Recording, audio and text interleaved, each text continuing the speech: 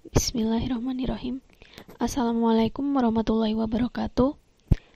Perkenalkan, nama saya Rinta Febilia, NPM 1810102067 dari K2 D3 Akuntansi Untidar. Di sini saya akan mempresentasikan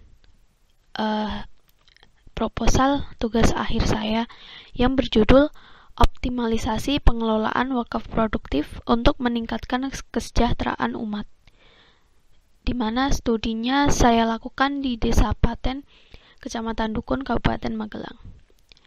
Yang pertama yang akan saya bahas yaitu bab 1, pendahuluan. Yang pertama ada latar belakang. Wakaf sebagai salah satu institusi keagamaan yang erat hubungannya dengan sosial ekonomi.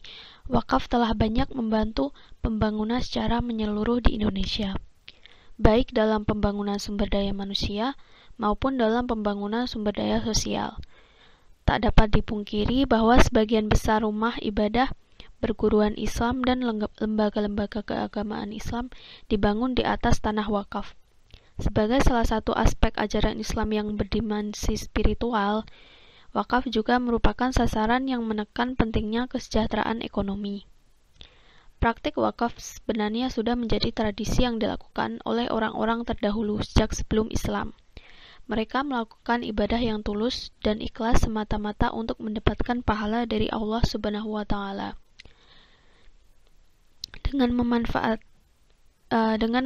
mewakafkan sebagian harta miliknya. Terkait dengan persoalan wakaf, pemerintah dengan serius mengeluarkan Undang-Undang Nomor 41 Tahun 2004 tentang wakaf yang menjadi momentum mewujudkan wakaf secara produktif. Karena di dalam undang-undang tersebut, wakaf mengandung dimensi yang sangat luas, mencakup harta tidak bergerak, termasuk wakaf uang, tidak terbatas untuk pendirian tempat ibadah, dan sosial keagamaan. Wakaf diharapkan menjadi salah satu alternatif yang mampu memberikan solusi dalam menyelesaikan masalah ekonomi. Meskipun wakaf telah memainkan peran yang sangat penting dalam pembangunan masyarakat Islam, namun dalam kenyataannya hal tersebut masih sulit diwujudkan karena kurangnya pemahaman tentang persoalan perwakafan dan masih kurang baiknya pengelolaan wakaf itu sendiri, khususnya di Indonesia. Kecenderungan wakaf masih dikelola secara konsumtif. Penyebabnya antara lain ada aset wakaf yang telah diproduktifkan atau bersifat diam, dan kapasitas nazir yang kurang profesional. Pada kasus ini, saya tertarik untuk mengkaji pengoptimalan pengelolaan wakaf yang ada di Desa Paten, Kecamatan Dukun, Kabupaten Magelang. Selanjutnya yang kedua, yaitu tentang identifikasi masalah. Berdasarkan pemaparan dari latar belakang, maka identifikasi masalah dalam penelitian ini diantaranya yang pertama, wakif membutuhkan seorang nazir yang mampu untuk dipercaya dan profesional dalam mengelola aset wakaf untuk kesejahteraan sosial. Terus yang kedua, kriteria dan standar kompetensi yang harus dimiliki oleh seorang untuk menjadi nazir yang profesional seperti pemahaman dalam pengelolaan dana wakaf, pengetahuan mengenai visi, misi, tujuan dari dana wakaf, dan lain sebagainya. Yang ketiga, berapa besar manfaat yang dirasakan oleh masyarakat melalui hasil wakaf sebagai upaya pemberdayaan masyarakat secara produktif. Selanjutnya yaitu rumusan masalah. Yang pertama, apa yang menjadi standar kompetensi seorang nazir dapat dikatakan mampu dan profesional dalam mengelola wakaf. Terus yang kedua, bagaimana pengaruh kemampuan seorang nazir dalam mengelola wakaf uang dan mendayagunakan dana wakaf sehingga dapat optimal untuk mendorong kesejahteraan masyarakat. Yang ketiga, apa saja dampak yang telah dirasakan masyarakat melalui dana wakaf yang telah produktif. Untuk yang selanjutnya yaitu tentang tujuan penelitian. Tujuan penelitian ini diantaranya untuk mengetahui bagaimana pengelolaan wakaf produktif, mengetahui pengaruh kemampuan seorang nazir dalam mengelola wakaf uang, dalam mendayagunakan dana wakaf sehingga dapat optimal untuk mendorong perekonomian masyarakat secara produktif, serta mengetahui dampak yang telah dirasakan masyarakat melalui dana wakaf yang telah produktif, khususnya di Desa Paten, Kecamatan Dukun, Kabupaten, yaitu manfaat penelitian. Manfaat dari penelitian ini diantaranya, yang pertama ada manfaat secara teoritis dan manfaat secara praktis. Untuk manfaat secara teoritis sendiri, penelitian ini diharapkan berguna untuk menambah pengetahuan dan wawasan mengenai optimalisasi pengelolaan wakaf produktif. Sementara untuk yang manfaat secara praktis, berguna sebagai bahan masukan dari pengurus yayasan, Kementerian Agama, dan umat Islam secara umum.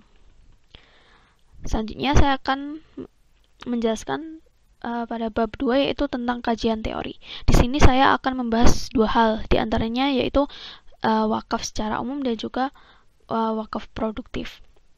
Yang pertama, pengertian wakaf. Berbagai pandangan tentang wakaf menurut istilah yang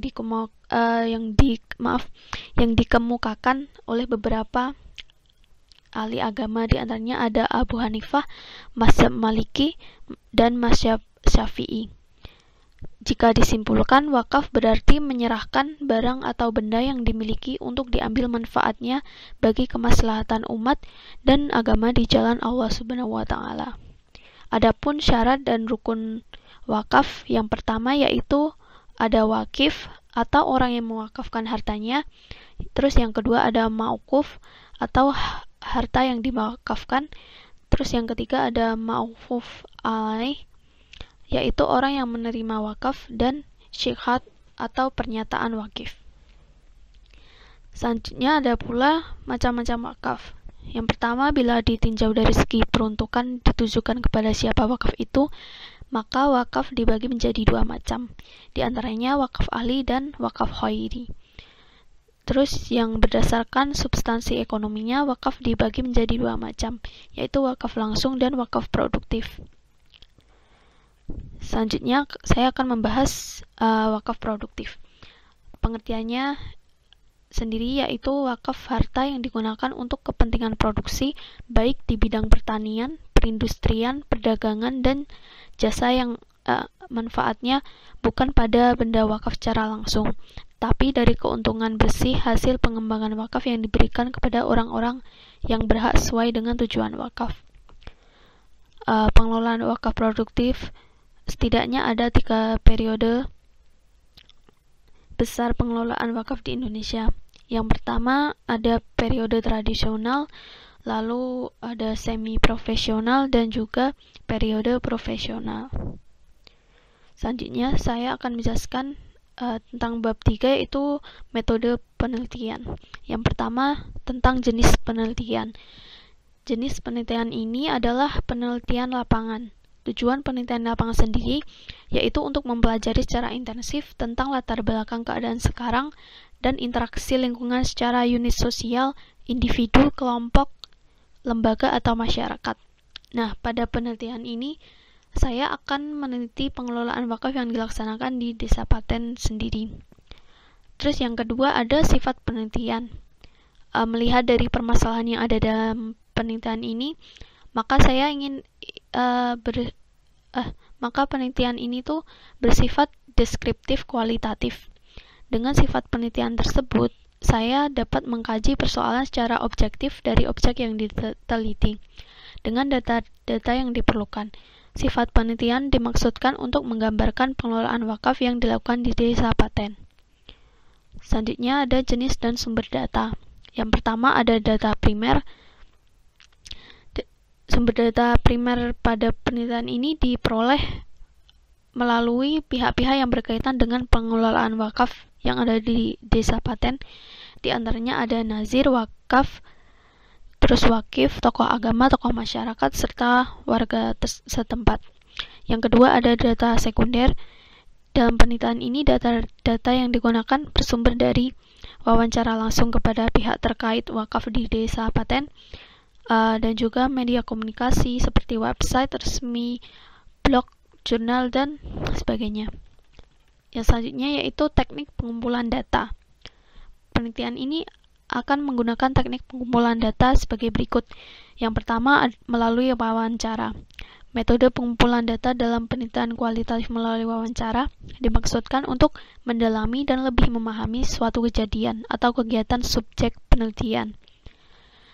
Teknik wawancara ini dimaksudkan untuk memperoleh data yang akurat dari sumber data primer yang dibutuhkan untuk penelitian pengelolaan wakaf di desa Paten.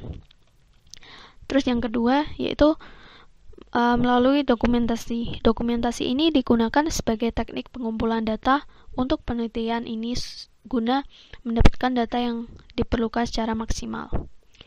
Dan yang terakhir yang akan saya bahas yaitu teknik analisa data. Dalam penelitian ini, saya menggunakan teknik analisa deskriptif, yaitu teknik analisis yang dilakukan secara terus-menerus agar data yang diperoleh baik wawancara dan dokumen-dokumen yang dihasilkan menghasilkan kesimpulan yang konkret dan juga valid. Data yang telah terkumpul dianalisis secara induktif dan berlangsung selama pengumpulan data di lapangan secara terus-menerus. Analisis data yang dilakukan meliputi mereduksi data, menyajikan data, display data, dan menarik kesimpulan serta melaksanakan verifikasi. Sekian presentasi yang dapat saya sampaikan. Terima kasih atas perhatian teman-teman semuanya. Wassalamualaikum warahmatullahi wabarakatuh.